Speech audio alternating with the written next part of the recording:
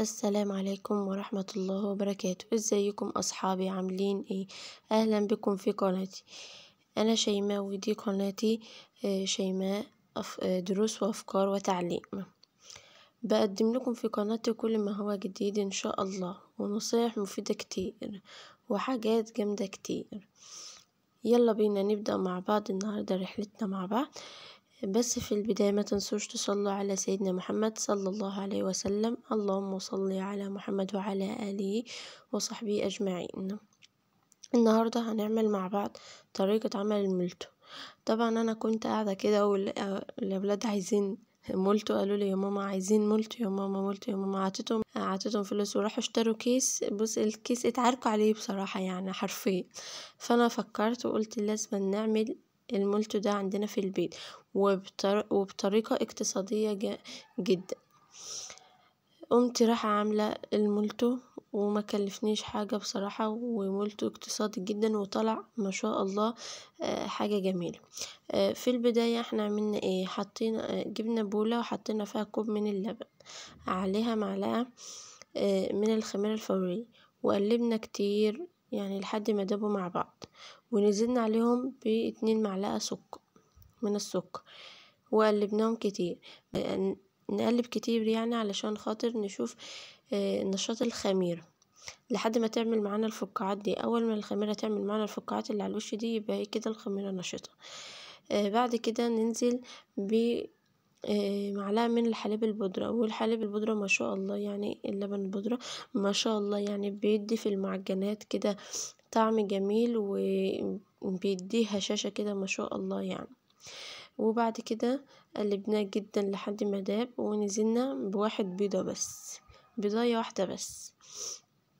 قلبناها كتير، قلبناها لحد ما دابت خالص وراحت مع العجين خالص، مع اللبن، وزابت معاهم خالص. عايزة اقول لكم ما تنسوش تحطوا اللايك وتشتركوا في القناة علشان الفيديو يوصل لكل حبايبكم ان شاء الله. هنحطه ادم حطينا بيض يبقى لازم نحطه ايه؟ الفانيليا علشان بس ريحة الزفر. يعني البيض بيعمل ريحة زفرة، فاحنا بنحطه الفانيليا ما شاء الله بيخليه لها ريحة جميلة ما شاء الله. ولو عايزة تزودي كيس او كيسين دي حسب الرغبة. تمام. هنحط بعد كده برضو معلقة خل، هنحط معلقة خل. ما تنسوش تحطوا اللايك يا جماعة، اللايك مفيد جدا بالنسبة لي ولكم علشان يوصل لكم كل جديد، وتشتركوا في القناة وتفعلوا علامة الجرس علشان يوصل لكم كل جديد انا بنزله اول باول ان شاء الله. والله يعني باذن الله قناتي مفيدة جدا، وهقدم لكم افكار جميلة جدا وحاجات جامدة جدا. ولو اي حد يعني عايز ان احنا نتكلم في موضوع او اي حاجة تكتبوا لي تحت في التعليقات، واحنا هنتكلم مع بعض ان شاء الله، ونحل مشاكل برضو مع بعض. وهنضيف معلقة من الزيت وهنقلب.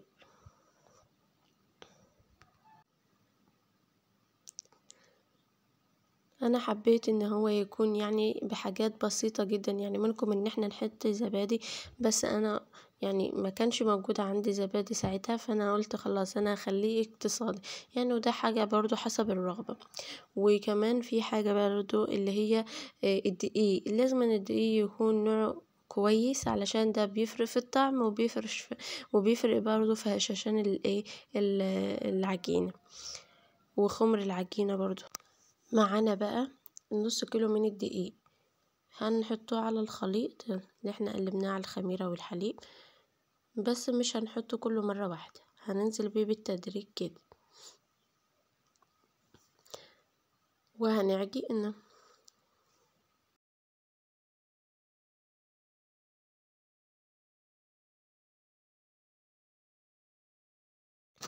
عايزه اقول لكم كده واحنا بنعجن مع بعض، تقولوا لي تحت في التعليقات وتكتبوا لي تعليق حلو منكم ان شاء الله.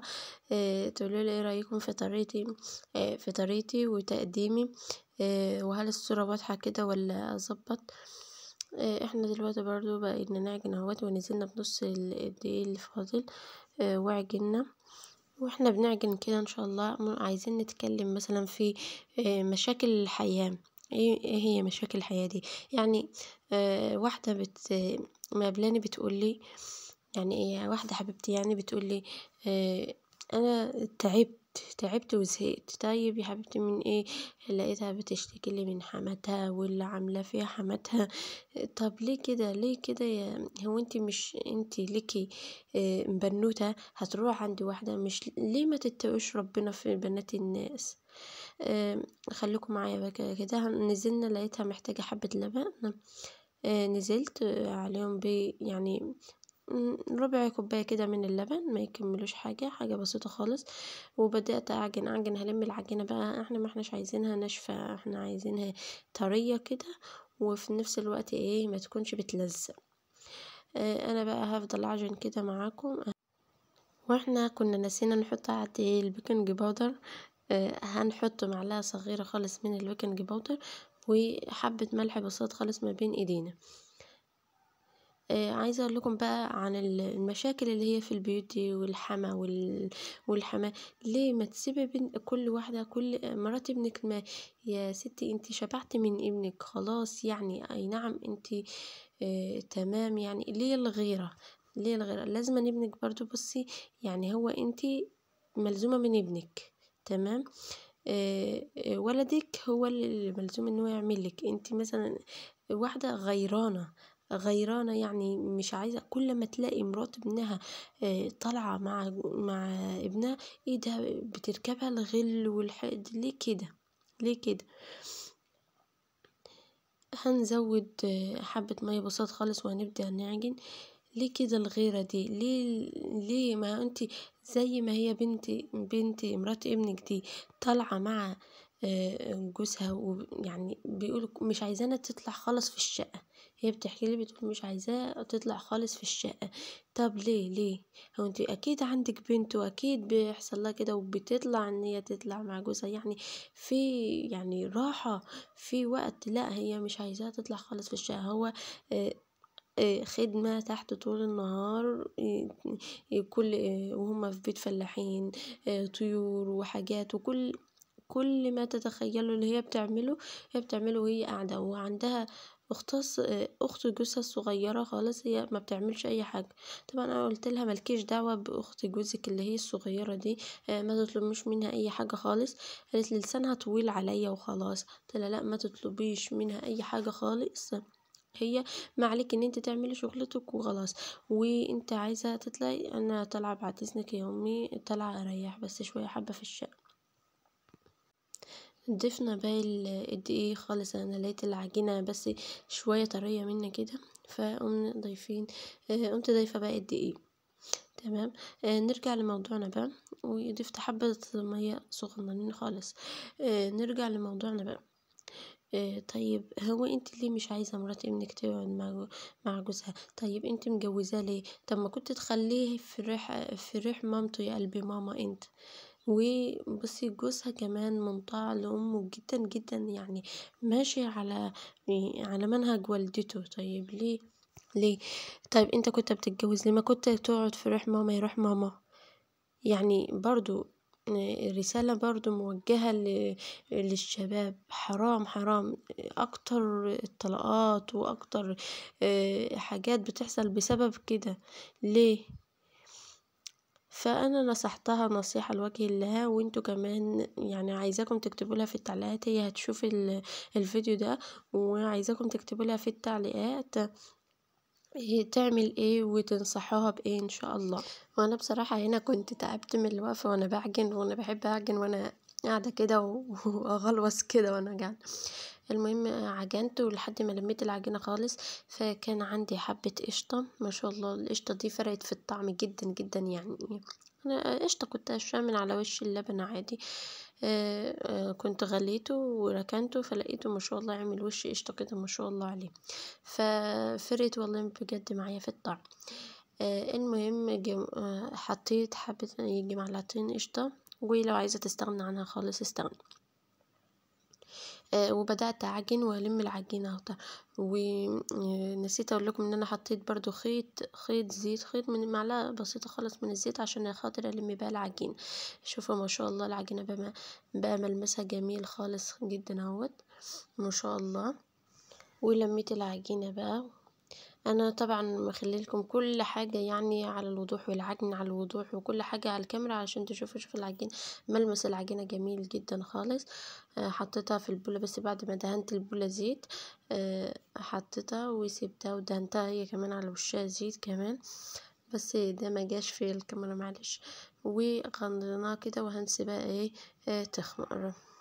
وهنا بقى انا كنت بعمل ايه، كنت عايزه اعمل صوص شوكولاته علشان خاطر العيال يغمسوا بيه ويفرحوا بيه اكتر. جبت 2 كوب من اللبن، حطيت عليهم معلقتين من النشا، وبدات اقلب اقلب اقلب. بس لازم اللبن يكون ساقع كده علشان النشا ما يكلكعش. بدات اقلب حلو خالص. وعملت ايه، لقيته هنا محتاج نشا تاني، قمت رايحة ضايفة عليه تاني نشا، معلقة بسيطة خالص، لحد بس ما لقيته تقول كده في ايديا. وكنت مشغلة طبعا عليه النار. عايزة اقولك لو وصلت لحد هنا في الفيديو ما تنسيش تحط اللايك وتشتركي في القناة. وحطيت عليهم معلقتين من السكر. وهنا انا كنت جايبة شوكولاتة خام بشراها، وقلبتها خالص. شوفي الخليط بدأ يدخل معايا خالص اهوت. فضلت اقلب جامد جدا قبل ما الخليط يكلكع، لانه كان بيكلكع، عملتها مرة قبل كده وكان بيكلكع معايا بطريقة فظيعة خالص. المهم انا بقيت اقلب جامد جدا بسرعة، وقلبت. وكان معايا برضو شوكولاتة اللي هي بودر دي جميلة جدا جدا. لما جيت اجيبها قال لي ان هي في سكر، فيها سكر يعني، وفي ما فيهاش سكر. فانا اخترت اللي هي الشوكولاتة الخام البودرة اللي هي ايه بسكر. يعني طعمها بصراحة فرق جدا. برضو عايزة اقول لكم برضو ان غليت للاولاد لبن وقالوا لي لا حط لنا منها يا ماما، وحطيت لهم ما شاء الله كانت جميلة جدا. بدأت اقلب. شوف لون اللبن ولون راح في حتة تانية خالص، وبقى ما شاء الله يعني ايه زي شوكولاتة نيوتيلا كده. ضحكت عليهم وقلت لهم نيوتيلا. وقلبت وضفت عليها معلقتين من السمنة. حطيت السمنة بقى وسيبتها تتقل مع نفسها. وجيت بقى حطيت الطبلية بتاعتي الحلوة دي الجميلة، مبعملش حاجة غير بيها. وبدأت بقى خدت العجينة وقسمتها أربع أجزاء. بس معلش كان حصل لخبطة كده في الفيديو، فاضطريت ان انا امسح العجلة دي، طبعا انكسرت، فانا اضطريت برضو ان انا امسح الحتة دي يعني. وانا بشتغل لسه لقيتها قامت رايحة مقصورة. المهم قمت رايحة بقى قايبة الطبلية وفردت كده العجينة، وبدأت ان انا قسمتها على 4 ماشي. كل ربع من ال4 دي قسمته على 2، وبدأت اقسمه مرتين تاني، يعني كل برضو قسمة من دي قسمتها 2 تاني. تمام. الحتة دي جميلة جدا. عايزه اقول لكم الاولاد كانوا واقفين يتفرجوا ويقولوا لي يا ماما هي ازاي بتقطع كده، هي ماشيه عجله وبتقطع كده. فانا جميله جدا الحته دي وانا بقطع كده.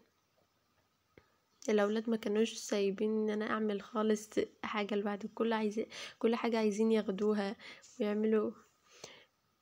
والشوكولاته اللي انا كنت بحشي بيها اتاكل نصها.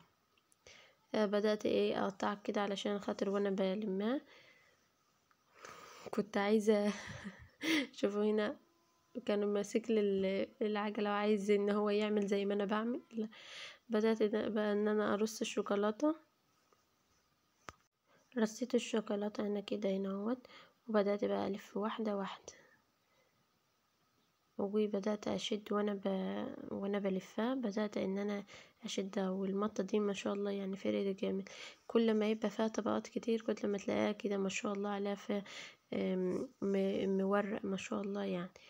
وجبت صينية وبدأت اقفلها من هنا ومن هنا، مش ضروري يعني، طلعت حاجة مش ضرورية القفلة دي. وجبت صينية مدهونة زيت، وقمت رايحة رصة فيها ايه ال ال الاشكال الجميلة اللي انا عملتها دي. ما شاء الله. هو طلع فيه مولتو كان صغير، وطلع فيه كبير على حسب التقسيم اللي انا كنت مقسماه. وعلشان وقت الفيديو ما يطولش انا لفتهم كلهم يعني، ودهنت الصينية زيت ورصيتهم فيهم كلهم علشان بس وقت الفيديو. ما تنسيش تحط لايك للفيديو، تعملي اشتراك للقناة عشان يوصلك كل جديد ان شاء الله بإذن الله. بدأت انا ارص في الصينية، ما شاء الله يعني حاجة جميلة خالص. اللهم صل وسلم وزد وبارك على سيدنا محمد صلى الله عليه وسلم. هكمل بقى، وهنا طبعا شوفوا كملتهم كلهم ما شاء الله. وقمت راح ايه جايبة صفار بيضة على حبة لبن وحبة فانيليا بساط خالص، وبدأت ان انا ادهن بس بالراحة خالص علشان خاطر الايه يعني الخمر ما يفسيش زي ما بيقولوا يعني. بدأت ادهنهم كلهم.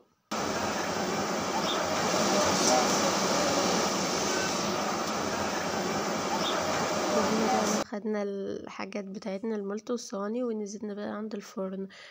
طبعا شوفوا الفرن ما شاء الله شغلته من فوق ما شاء الله، يعني ايه حاجة بسيطة خالص على الهادي خالص، ومن تحت برضو على الهادي خالص.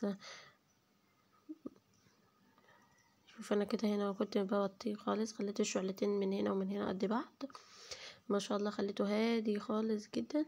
وحطيت فيه الصواني يعني صينية ورا صينية كده يعني ما شاء الله. بسم الله ما شاء الله حاجة جميلة جدا يعني. والفرن ده ما شاء الله جميل جدا يعني، لا يعني ما لازم يعني يكون موجود في اي بيت ما شاء الله. الفرن ده جميل وبيعمل معايا حاجات جميلة جدا كمان وحاجات كتير. هنا بقى بدأت ازوق الصينية اهوت خالص وايه وقفلت عليها خالص وسبتها.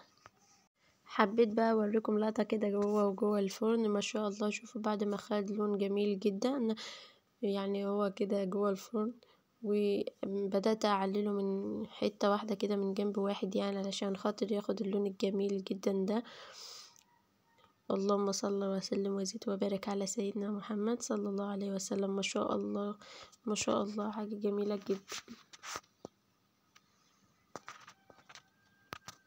وطلعنا بقى المولتو ما شاء الله. شوفوا كمية الشوكولاتة ما شاء الله حاجة جميلة جدا. في بقى ما كنتش انا حاشية شوكولاتة فيعني ايه ما كانش فيه شوكولاتة كتير، ويعني في ما كنتش حاشية شوكولاتة. شوفوا ما شاء الله هش واخد لون جميل جدا ما شاء الله عليه.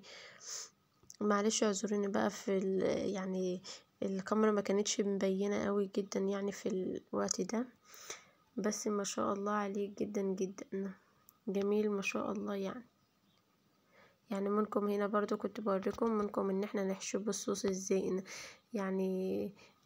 شفت كده خرمت انا كده بالسكينة من جنب، وقمت رايحة حاطة مثلا جبت كيس بتاع اللبن عادي، حطيت فيه بقى خليط الشوكولاتة اللي احنا كنا عاملينه وخرمتها كده من السكينة بالجنب وحشيت بيه ما شاء الله. شوفوا شكلها جميل جدا جدا جدا. وعايزة اقول لكم هو اتاكل يعني في ساعتها يعني ما قعدش ما شاء الله. كان جميل جدا جدا جدا وهاشش وخفيف. وبكده نكون وصلنا للنهاية، والسلام عليكم ورحمة الله.